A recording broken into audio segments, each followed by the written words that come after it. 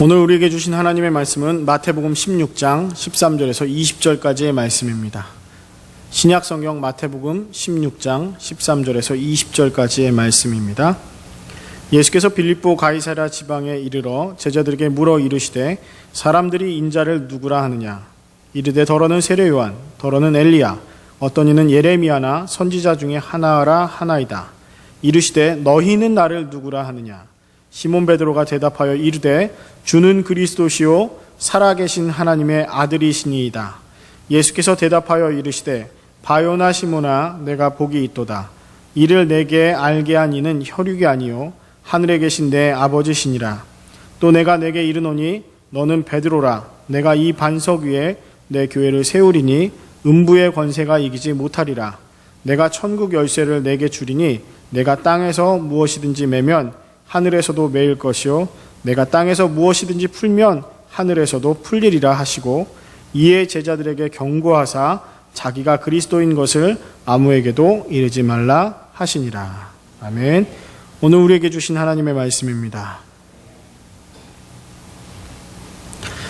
네, 전후좌우에 계신 분들하고 잠깐 인사 나누시겠습니다. 당신은 거룩한 사람입니다.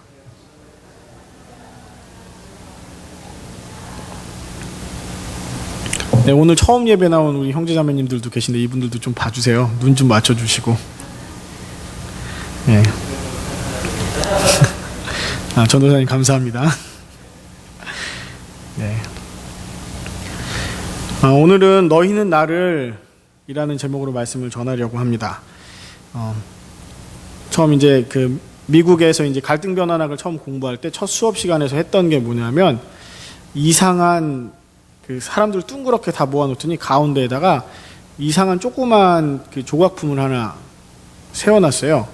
근데 이게 눈을 가리고 이렇게 보면 내가 보는 시야에서만 보면 이게 뭔지를 잘 모르는 겁니다. 보는 곳마다 사람들마다 다 같은 자리, 같은 공간에 있는데 같은 것을 보면서 다 다른 얘기를 해요. 이게 뭐 같다, 이게 뭐 같다, 다 다른 얘기를 합니다. 근데 결국은 교수님이 이걸 한 바퀴 삥 돌려서 보여주니까 그때 가서야 이게 이거구나라고 나중에 알게 됐어요. 그게 뭐였었냐면 안경걸이였어요. 안경걸인데 이렇게 조그맣게 세모나게 조각품으로 돼 있어가지고 이 안경걸이가 사람 코처럼 돼 있어요. 세모나게 돼 있는 건데 거기다 이제 안경을 거는 건데 보는 시각에 따라서 이게 다 달리 보이더라고요. 조금만 이동해서 보면 이게 안경걸이구나 이걸 알 수 있는데 그 자리에서 그렇게만 딱 보니까 그거밖에 못 보이더라고요. 그것밖에 안 보였어요. 그게 제가 받았던 첫 수업이었어요. 대학원 첫 수업이었는데 그걸 받으면서 참 재밌다라는 생각을 했습니다. 여러분은 예수님을 어떻게 알고 계십니까? 여러분은 예수님에 대해서 어떻게 듣고 어떻게 알고 계시나요? 보통 사람들이 다 자기가 아는 예수님이 있어요.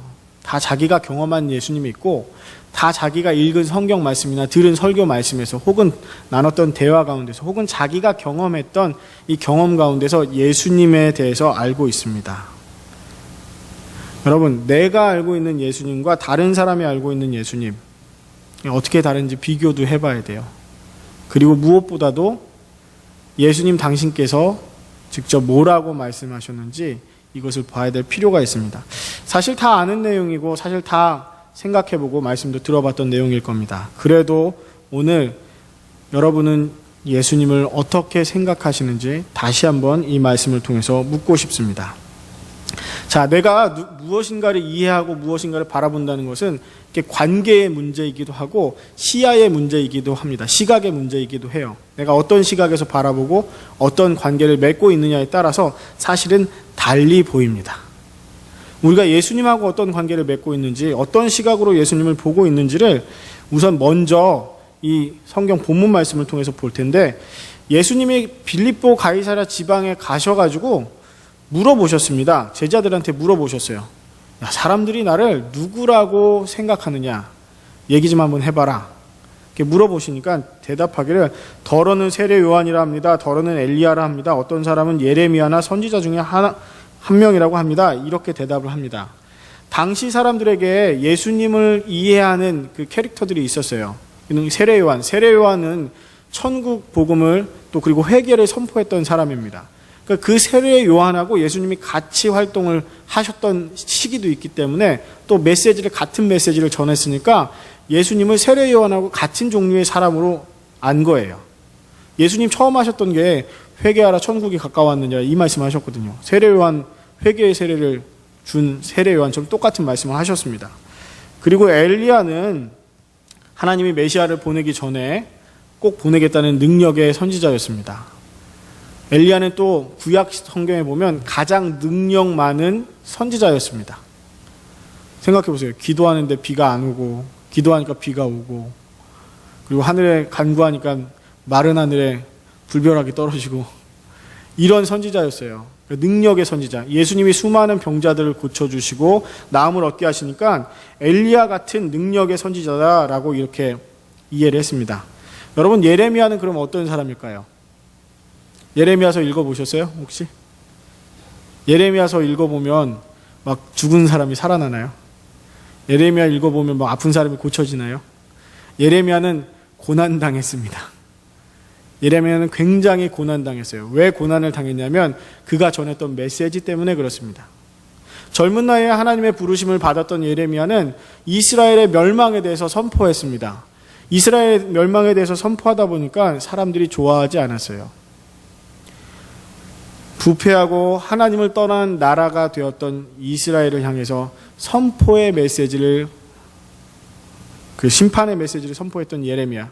예수님을 그 예레미야와 같은 선지자라고 이해를 했습니다. 주님의 말씀을 듣고 그렇게 이해했다는 얘기죠.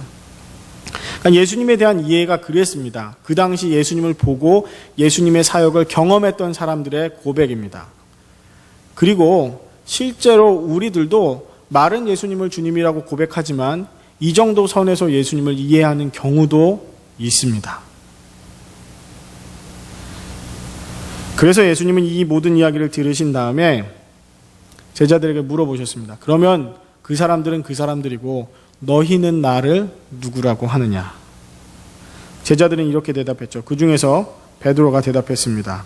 주는 그리스도시요 살아계신 하나님의 아들이시니이다. 여러분, 이 고백이 우리는 늘상 하는 고백이지만 실제로 그 당시 사람들에게는 이 고백은, 특별히 이 마태복음이 쓰여졌던 그 시대의 고백은 굉장히 위험한 고백이었습니다.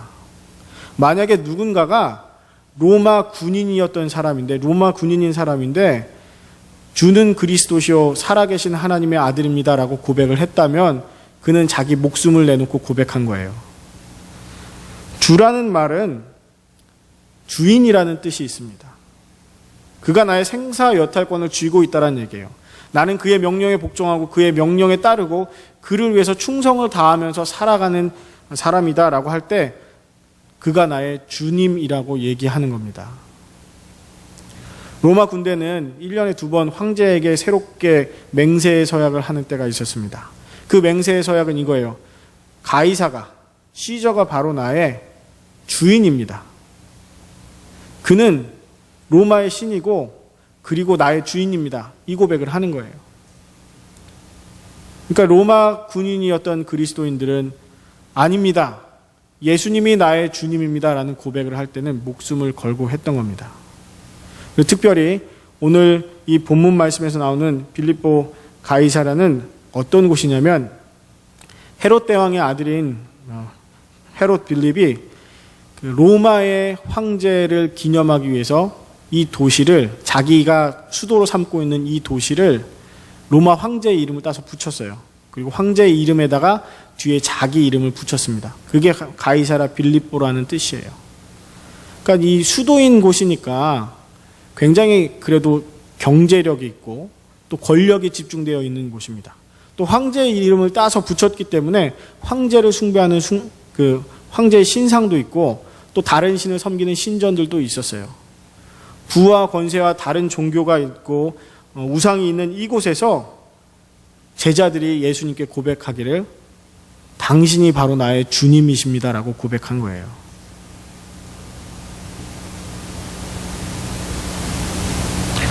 그리고 계속해서 그렇게 고백합니다. 그리스도라고 고백하죠. 그리스도는 헬라어 버전이고 히브리어 버전은 메시아입니다. 메시아는 기름 부음 받은 자인데 세 가지의 경우에 기름 부음을 받습니다. 왕과 제사장과 선지자입니다. 왕은 통치권이 있는 사람입니다. 그리고 제사장은 백성을 위해서 죄를 용서해주고 하나님께 제사를 드려주는 중보자입니다.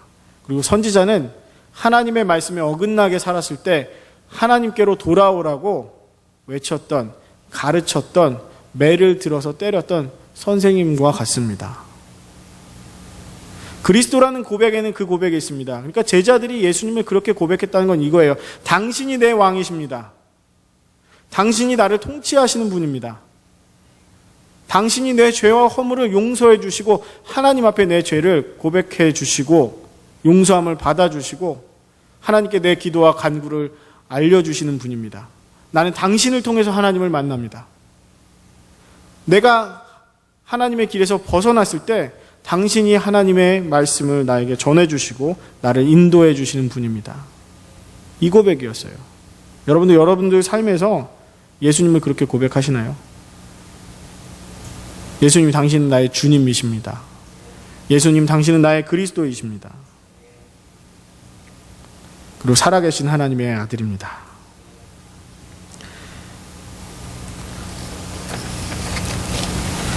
우리가 세상을 살면서 이 세상 가운데서 예수님을 그렇게 고백한다는 것은 입술만의 고백으로 되지 않습니다. 살아계신 하나님에 대한 믿음이 있어야 되고 그리고 그 살아계신 하나님과 함께 살지 않고서는 이런 고백이 나올 수가 없습니다. 오늘 이 본문 가운데서 살아계신 하나님의 아들이라는 이 말씀은 어떤 뜻일까요? 여러분, 살아계신 하나님 경험해 보신 적 있으세요? 살아계신 하나님, 그냥 말씀 속에만 있는 하나님이 아니라 문자 속에만 갇힌 하나님이 아니라 지금 살아 역사하셔서 여러분과 함께 하시는 그 하나님에 대해서 여러분 경험해 보신 적이 있습니까? 이스라엘 백성들이 살아계신 하나님이라고 이야기할 때는 역사적인 의미가 담겨 있어요. 여호수아서 3장 10절 말씀을 보면 또 말하되 살아계신 하나님이 너희 가운데 계시사 가나안 족속과 헷 족속과 히위 족속과 브리스 족속과 기르가스 족속과 아모리 족속과 여부스 족속을 너희 앞에서 반드시 쫓아내실 줄을 이것으로써 너희가 알리라. 여호수아서 3장 10절에 말씀하셨던 그 하나님이 이렇게 하실 거다라는 그 일이 이스라엘의 역사 속에서는 이루어졌습니다. 그래서 그들에게는 역사 가운데 살아 움직이시고 이 역사를 주관하시는 하나님이란 얘기예요. 그게 바로 살아계신 하나님이라는 의미였습니다. 절망 가운데 부르짖을 수 있는 대상이 바로 하나님이었습니다. 시편 42편 2절 말씀에 내 영혼이 하나님 곧 살아계시는 하나님을 갈망하나니 내가 어느 때에 나아가서 하나님의 얼굴을 배울까라고 이야기합니다. 부르짖습니다. 시편의 고백들은 하나님께 부르짖는 내용이에요. 부르짖을 때 응답 없는 존재에게 부르짖고 싶습니까? 대답해주지 않고 응답해주지 않고 혹은 개입해주지 않는 존재에게 왜 그렇게 많이 부르짖어야 합니까? 이스라엘 백성들에게 특별히 다윗 같은 경우에는 하나님께 부르짖었어요. 왜냐하면 절망 가운데서 절망적인 상황 가운데서 부르짖으면 살아계셔서 나에게 응답해 주시는 분이시기 때문에 그렇습니다. 신약 성경에 보면 이 살아계신 하나님은 이방 사람들에게도 능력을 베푸시는 하나님이에요. 사람의 생각이나 사람의 기준에 얽매이지 않으시고 하나님을 믿지 않는 백성들에게까지 당신의 능력을 사용하시고 그들을 이끌어 가시는 하나님이십니다. 사도행전의 내용은 사실 그거예요. 하나님을 믿지 않는 백성들에게 가서 그 복음을 증거하면서 살아계신 하나님을 증거하는 그 내용이었습니다. 지난주 설교에 기억나세요? 지난주 설교? 잊어버리시는 게 은혜긴 한데 지난주 설교 내용이 그거였죠. 베드로가 무리를 걸었어요. 주님을 보고. 그 이미지를 제가 설명을 해드렸잖아요. 물을 밟으시고 그 혼돈과 혼란을 이기시는 하나님. 그게 이스라엘 사람들에게 있는 하나님의 이미지예요. 바다 위를 예수님이 걸으신 것은 단순히 놀라운 기적이 아니라 이분이 살아계신 하나님의 사람이라는 것을 알려주는 겁니다. 베드로도 걸었잖아요. 주님께서는 그 능력을 베드로에게도 입혀주시는 하나님이셨습니다. 바람과 파도와 풍랑을 잠잠케 하시는 하나님이셨습니다. 베드로가 고백할 때 살아계신 하나님의 아들이란 얘기는 바로 그 얘기예요. 그냥 살아계시겠거니 하는 그런 하나님이 아니라 정말 그렇게 내 삶 가운데서 이런 식으로 역사 가운데서 내 절망 가운데서 내 모든 일들 가운데서 또 내가 알지 못하는 그곳에서도 역시 일하고 계시고 역시 주권을 가지고 계신 하나님이시란 뜻입니다. 우리는 살아계신 하나님이라고 하면서 실제로 살아계신 하나님이라고 믿지 못할 때가 많이 있습니다. 왜냐하면 세상의 공포와 세상의 일들 때문에 두렵고 염려하기 때문에 그렇습니다. 출애굽기 1장에 보면 이런 스토리가 나와 있습니다. 요셉을 알지 못하는 새로운 왕이 일어났습니다. 요셉은 이집트에서 중요한 역할을 했었고 이집트를 흉년에서 건져준 사람입니다. 그래서 요셉과 요셉의 가문 사람들, 이스라엘 백성들이 그 야곱의 가문이 굉장히 융숭한 대접을 받고 살았어요. 그런데 이 요셉을 모르는 왕이 그 땅에서 일어났습니다. 학자들은 이 왕들을 새로운 왕조라고 얘기해요. 이집트 나라는 그대로 있었지만 왕조가 바뀌면서 정책도 바뀌고 또 그 백성들을 대하는 입장도 바뀝니다. 그래서 요셉을 몰랐다는 얘기는 실질적으로 인포메이션이 없었을 수도 있지만 요셉의 가문이나 요셉의 행적들을 무시해야 되는 상황이 됐었을 수도 있습니다. 이런 상황 가운데서 새로운 파라오는 이스라엘 자손이 자기네들보다 강하고 많으니까 억압 정책을 씁니다. 라암셋이라는 국고성을 짓게 하고 무거운 노동을 부과합니다. 그런데 그래도 안 되니까 히브리 여인들이 해산할 때 시브라와 부하라는 그 산파들을 시켜가지고 히브리 여인이 해산할 때 아들이거든 죽이고 여자거든 살리라고 그렇게 얘기를 합니다. 근데 이 산파들이 어떻게 했냐면 안 죽였어요. 우리는 성경의 이 뻔한 스토리를 잘 알고 있습니다. 그런데 이 뻔한 스토리를 생각을 좀 잘 해보세요. 눈으로 한번 그려보세요. 제가 말씀을 읽어드릴 테니까 한번 눈으로 그려보세요. 그러나 산파들이 하나님을 두려워하여 애굽 왕의 명령을 어기고 남자 아기들을 살린지라. 애굽 왕이 산파를 불러 그들에게 이르되 너희가 어찌하여 이같이 남자 아기들을 살렸느냐. 산파가 바로에게 대답하되 히브리 여인은 애굽 여인과 같지 아니하고 건장하여 산파가 그들에게 이르기 전에 해산하였더이다 하매 하나님이 그 산파들에게 은혜를 베푸시니 그 백성은 번성하고 매우 강해지니라. 그 산파들은 하나님을 경외하였으므로 하나님이 그들의 집안을 흥왕하게 하신지라.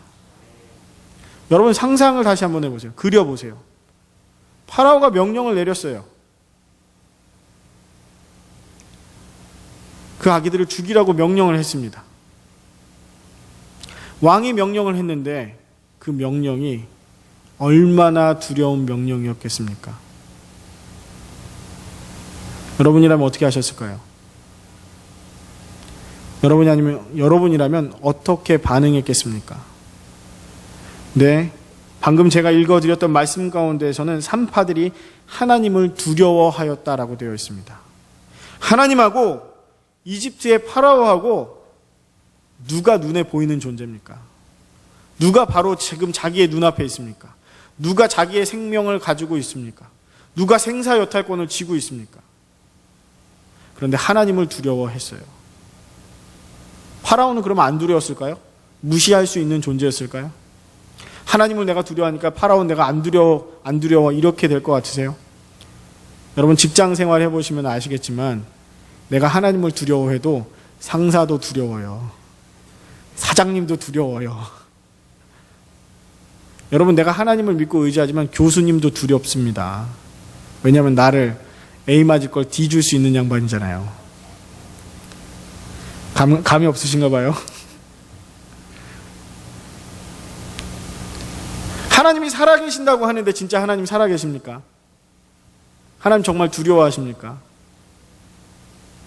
이 산파들은 이 시브라와 부하는 애굽왕 파라오에게 가서 얘기할 때, 이 바로에게 가서 얘기할 때, 그래 내가 이렇게 지혜롭게 말하면 파라오가 다 이해하고 넘어가 줄 거야. 이렇게 생각했을까요?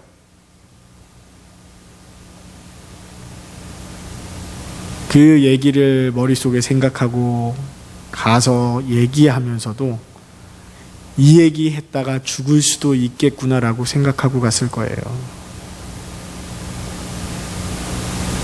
그런데 그녀들은 하나님을 두려워했습니다. 하나님을 경외했어요. 왜냐하면 하나님이 살아계시니까.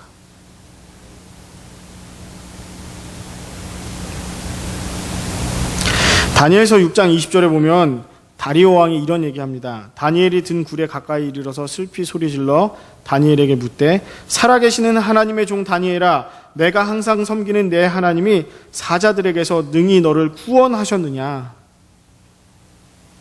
다리오 왕이 메대 땅을 다스리고 바사 땅을 다스릴 때에, 그때에 다니엘은 3명의 총리 중에서 가장 유능한 총리였습니다. 그래서 온 나라의 일을 다니엘에게 이 다리오 왕이 맡겼어요. 그런데 다른 신하들이 이 다니엘을 시기해서 다니엘이 매번 예루살렘을 향해서 하루에 3번 기도하는 것을 이용해가지고 굴레를 씌웁니다.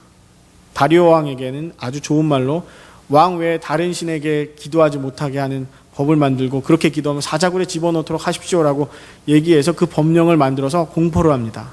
다니엘이 그 공포를 알았을까요? 몰랐을까요? 그 법령의 공포를 다니엘이 몰랐을 리가 없습니다. 근데 다니엘이 가서 또 기도했어요. 그러니까 이 다니엘을 잡아다가 사적으로 넣으라고 이 신하들이 다리오 왕을 압박합니다. 당신이 법령에 서명하고 만들었는데 왜 이 서명을 안 지키냐고. 어쩔 수 없이 다리오 왕은 이 다니엘을 사자굴에 집어넣었어요. 그러면서 집에 돌아와서, 왕궁에 돌아와서 연락을 끊었습니다. 자기가 먹고 마시고 즐기던 그것들을 안 했어요. 그리고 그 밤을 지새우고 그 다음날 새벽에 아침 일찍 나가서 다니엘을 부르면서 살아계신 하나님의 종 다니엘아, 너 하나님 살아계시다고 그렇게 말했잖니. 너 하나님 살아계시니까 너 계속 그렇게 기도한 거잖아. 너 그 하나님께서 그 사자들의 입 가운데서 너를 구원하셨느냐.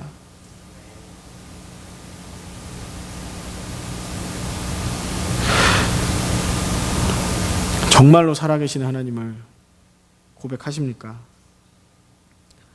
사도 바울은 디모데에게 이렇게 얘기했습니다. 이를 위하여 우리가 수고하고 힘쓰는 것은 우리 소망을 살아계신 하나님께 두미니 곧 모든 사람, 특히 믿는 자들의 구주시니라. 바울은 복음을 위해서 자신의 모든 것을 내버렸습니다. 어떤 유대인들은 바울을 죽이기 전까지는 먹지도 마시지도 않겠다 맹세했던 유대인들도 있었어요. 바울은 자기 자신이 누렸던 모든 것들을 다 포기하고 쫓기는 신세도 됐었습니다. 복음 전하다가 매를 맞기도 하고 감옥에 갇히기도 했습니다. 그런 험난한 인생을 살면서 이제 젊은 사역자로서 사역을 하고 있는 디모데에게 이를 위하여 우리가 수고하고 힘쓰는 것은 다른 데 있는 게 아니라 우리 소망을 살아계신 하나님께 두기 때문이다라고 얘기합니다. 환경과 사건과는 상관없이 네가 하나님을 살아계신 하나님으로 알고 믿기 때문에 우리가 지금 이렇게 일하고 있다라고 이야기하는 거예요.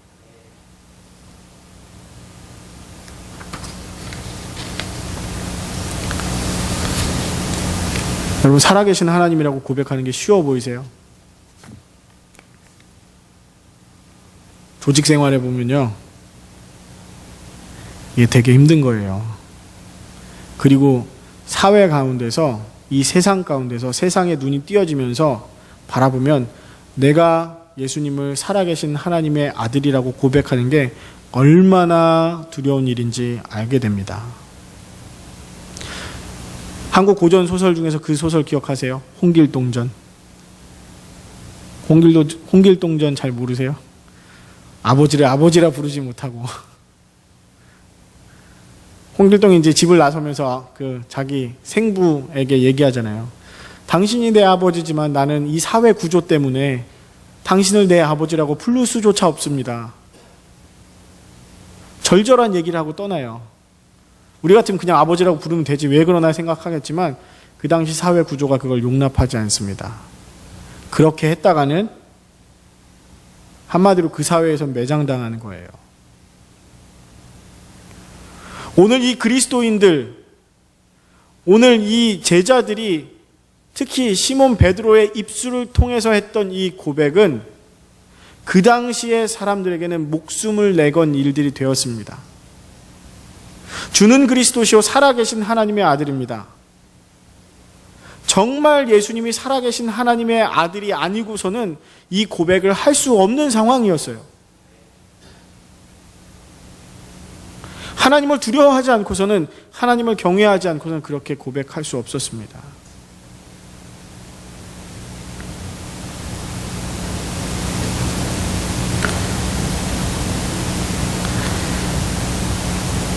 이거는요, 혈육으로 되는 게 아니에요. 내 지식과 내 경험만 가지고 되는 일이 아닙니다. 내 용기만 가지고 되는 일이 아니에요. 이것은 하나님께서 알려주시고 하나님께서 함께 해주시지 않고서는 가능하지 않은 일입니다. 고린도전서 12장 3절 말씀에 그러므로 내가 너희에게 알리노니 하나님의 영으로 말하는 자는 누구든지 예수를 저주할 자라 하지 아니하고 또 성령으로 아니하고는 누구든지 예수를 주시라 할 수 없느니라. 우리가 고백하는 이 고백이 교회의 기초가 되었습니다. 예수님께서는 이 반석 위에 교회를 세우시겠다라고 말씀하셨어요. 이 고백 자체가 나로부터 나오는 게 아니라는 얘기예요. 내가 스스로 할 수 있는 일이 아니라는 겁니다. 요한복음 6장 45절에는 예수님이 이렇게 말씀하셨습니다. 선지자의 글에 그들이 다 하나님의 가르침을 받으리라. 기록되었은즉 아버지께 듣고 배운 사람마다 내게 오니라. 예수님께 찾아왔던 사람들, 예수님의 사람이 됐던 사람들은 하나님께 배운 사람들이라는 거예요. 살아 역사하시는 하나님께 배우지 않고서는 그렇게 고백할 수 없다라고 말씀하고 있는 겁니다. 그리고 그 터 위에 교회가 세워졌습니다. 살아계신 하나님의 아들을 믿는 그 믿음으로 세워진 거예요. 에베소서 2장 20절 말씀에 너희는 사도들과 선지자들의 터 위에 세우심을 입은 자라 그리스도 예수께서 친히 모퉁이 돌이 되셨느니라 라고 기록하고 있습니다. 사도들과 선지자들이 뭐를 했나요? 구약의 선지자들은 오실 예수 그리스도에 대해서 얘기했습니다. 메시아에 대해서 선포했어요. 하나님께서 메시아를 보내실 것이다라고 선포했습니다. 약속을 선포했어요. 그리고 사도들은 그 오신 예수님과 함께 활동하고 예수님의 이후에 주님께서 또다시 오실 것이라고, 그는 살아계신 하나님의 아들이시라고, 그는 그리스도시라고, 그는 우리의 주님이시라고 선포했습니다. 주님의 십자가의 사건과 부활과 승천을 선포했어요. 그것 위에 교회가 세워졌습니다. 예수님께서 직접 이런 말씀도 하셨습니다. 마태복음 7장 24절 말씀에 그러므로 누구든지 나의 이 말을 듣고 행하는 자는 그 집을 반석 위에 지은 지혜로운 사람 같으니, 주님의 말씀에 따라서 일을 행하는 사람은 반석 위에 집을 세우는 자와 같다고 말씀하셨습니다. 여러분, 주님의 말씀이라면 어떤 의미일까요? 주님의 말씀은요, 주님 자신입니다. 주님 당신을 얘기하는 거예요. 우리가 교동문에서 읽었던 대로 태초에 말씀이 계셨어요. 그 말씀이 하나님과 함께 하셨습니다. 그리고 그 말씀이 육신을 입고 우리에게 다가오셨습니다. 그분의 말씀은 그분 자신을 의미합니다. 예수 그리스도라는 그 신앙의 고백과 그 예수 그리스도 위에 주님의 말씀에 순종하는 그 삶으로, 주님과 동행하는 그 삶으로 주님의 집을 지어가는 것입니다. 이게 바로 살아계신 하나님의 아들에 대한 고백입니다. 여러분, 우리 주님은 이 일 때문에 우리에게 오셨고, 또 우리는 하나님으로 말미암아 이것을 알게 되고 받아들이게 된 거예요. 고백하게 된 거예요. 그런데 우리가 나가서 사는 세상은 사실 녹록치 않습니다. 이 고백을 하려면 목숨 걸어야 되는 상황들이 많이 발생해요. 내가 하나님의 말씀에 순종해서 복음을 전하려면, 내가 하나님의 말씀에 순종해서 주께서 원하시는 행동을 하려면, 내가 하나님의 말씀에 순종해서 정의와 공의를 이 땅 가운데서 흐르게 하려면 목숨 거는 그 마음이, 하나님을 정말 두려워하는 마음이 필요합니다. 그러나 우리는 하나님보다는 세상이 두려운 경우가 얼마나 많은지 몰라요. 제가 아까 전에도 얘기했지만 여러분, 교수님이 여러분을 괴롭히기 시작하면 학생들로서는 대답 없어요. 어떻게 이기려고요? 직장 상사가 여러분을 괴롭히거나 사장님이 여러분들 괴롭히면 진짜 그거 고민됩니다. 진짜 죽을 것 같은 마음이 들어요. 아까 아침에 이제 그 예배 준비하면서 전도사님하고 이런저런 얘기를 했었는데, 전도사님이 원래 그 옷가게에서 일을 하셨대요. 일을 하시다가 몇 년 동안 계속 일을 해 오시다가 최근에 그 토요일 날 일하는 거를 좀 내려놔야 되겠다. 주일 날 집중하기 위해서 토요일 날 쉼을 얻고 좀 집중해야 되겠다. 이걸 결단을 하셨대요. 여러분, 이 결단이 쉬워 보이죠? 애 둘, 거기다가 뱃속에 하나 더. 가장으로서는 쉽지 않은 결단이에요. 왜냐하면 삶과 직결되어 있어요. 잡을 잇는다는 것 자체는 삶과 직결되어 있습니다. 굉장히 두려운 일입니다. 이거는 무서운 일이에요.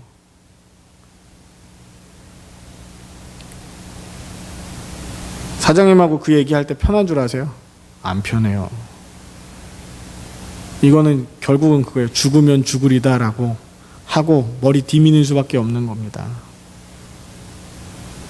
하루아침에 그렇게 결단할 수가 있지 않아요. 그 사장님도 그러셨대요. 토요일 아니면 안 써라고 이렇게 얘기하셨대요. 다른 날 그 시간을 옮겨주거나 그런 게 아니라 토요일 날 사람이 필요하니까 토요일 날 아니면 당신은 필요 없어, 이런 식으로 평상시에 얘기하셨기 때문에 자기 잡을 잃는 상황이에요. 자기 아르바이트를 잃는 상황인 거예요. 여러분 같으면 어떻게 하실래요?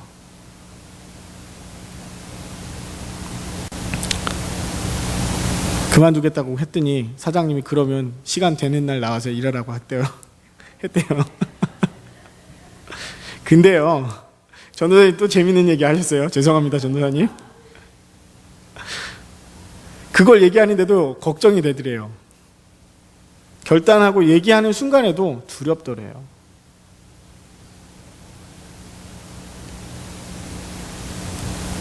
아까 전에도 말씀드렸죠?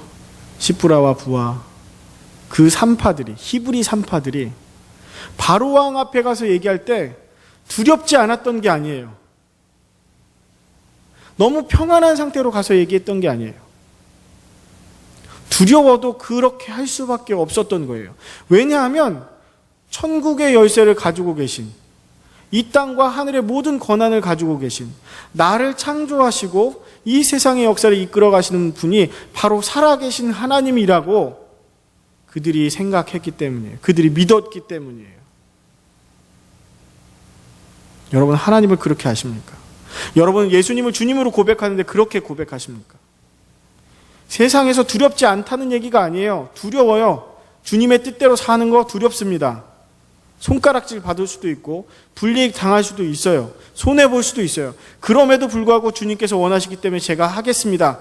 두려움 가운데 여러분들 발을 내디딜 수 있습니까?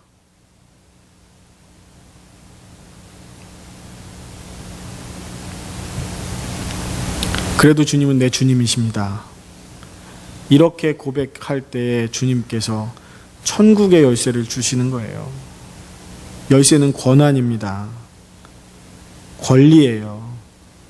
제가 부임한 지 이제 거의 2달 다 돼가는데 와서 열쇠 건네받았어요. 열쇠.